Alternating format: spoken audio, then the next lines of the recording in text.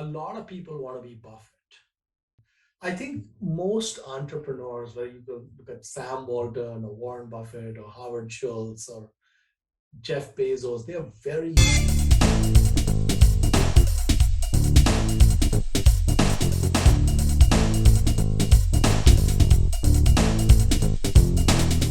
for example, and one of the things about humans is that the way we are at the age of 5, our personality templates, our likes and dislikes, our traits, between our genetics in the first 5 or 6 years of life experience, they are hard coded.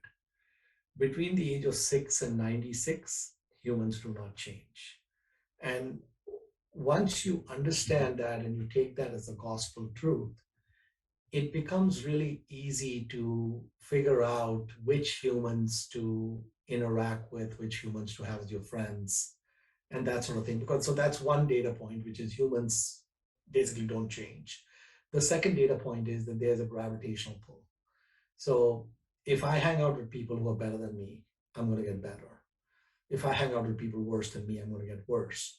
So given that humans are not going to change, once I know the nature of the human, it will be wishful thinking to think that you're going to change them or something is going to improve in them. It is what it is. So being extremely picky on who your friends are is going to give you a huge advantage in life. So in the case of Buffett, he used to go to the Aksarban racetrack in Omaha when he was 9 or 10 years old. Aksarban is Nebraska spelled backwards.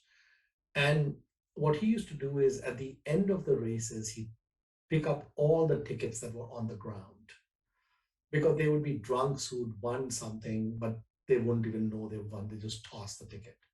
And he'd go through each and every ticket to see if there were some tickets that were actually winning tickets that they were discarded. And he would find some winning tickets. But then he was too young to go to the window to collect. So he sent his Aunt Alice to collect for him. Okay. And he did this every weekend. Okay. And he was so it's a very dogged person who's going through that exercise of, because you would go through 500 tickets and find one, or 1,000 and find one. It's a needle in a haystack. In his mid 20s, he was going through the Moody's manuals. The Moody's manuals are these really thick manuals, which had like 4 companies, fine print on each page. And he was doing a quantitative assessment of thousands and thousands of companies. In fact, he went through the Moody's manuals 2 or 3 times. And in going through those, he found a bunch of extreme bargains. Not, I don't think any of them were at the level of Resas. I still am one up on him. Okay. I don't think he found anything in the Moody's manual that could, and the reason for that is Resas is actually increasing value and whatever. But he found a bunch of, you know, companies with a 15 million market cap making 25 million, something like that. Okay. So he found a bunch of these things.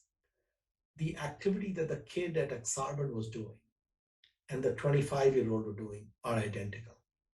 Okay. It's the same activity. And then a few years back, Guy and I were visiting him in his office. And I saw that on his desk was the Japan Company Handbook, which is kind of like a value line of Japan, except it's just very quantitative, fine print, 2 companies per page, every listed Japanese business. And he was going, and this is, Berkshire's got 100 billion plus in cash. He's not going to move any needles by finding some company that's worth 25 million but should be worth 50 million, or worth 100 million should be worth 200 million. That's Berkshire can't do anything with that. But the kid is programmed that way. Okay. And so this was when he was maybe more than 80 years old. Okay. What he's doing at 9 and what he's doing at 25 and what he's doing at 80 are the same thing. Okay. And I actually, it was a coincidence, but I was going through the Japan Company Handbook at about the same time. I had the exact same edition as him. And I told him, oh, Warren, listen, I can make this faster for you. There are some companies I already found. And I took his Japan Company Handbook and I dog-eared some pages for him. Okay. I think he might have been horrified that somebody just, I didn't even ask him, oh, may I dog ear it? I just went ahead and did it. I was so excited about it. And then, a lot of the dog ears were in the back of the book. He says, usually all the good stuff is in the back. So what I'm trying to say is that Warren is a very unusual person, but I think there are a lot of lessons to learn from him. I think most entrepreneurs, whether you go look at Sam Walton or Warren Buffett or Howard Schultz or Jeff Bezos, they are very intense in their pursuit, and they're very singular in their pursuit. And when you have those traits, you're going to do very well. So a lot of people want to be Buffett. A lot of people want to clone Buffett. If you don't have the personality who would really enjoy picking up those tickets in Exarban, you're not going to get to being Buffett. So if somehow you have the personality and you can't do anything about it, you either have it or you don't have it. It's pretty binary. It's not something you can add on. Okay, there's no add-ons that happen. So I think the important thing for humans is you really have to understand who you are. And once you understand who you are, then you have to have behaviors that maximize the talents that you have. And your talents may be very different from Buffett. So you have to focus on those talents and those behaviors then.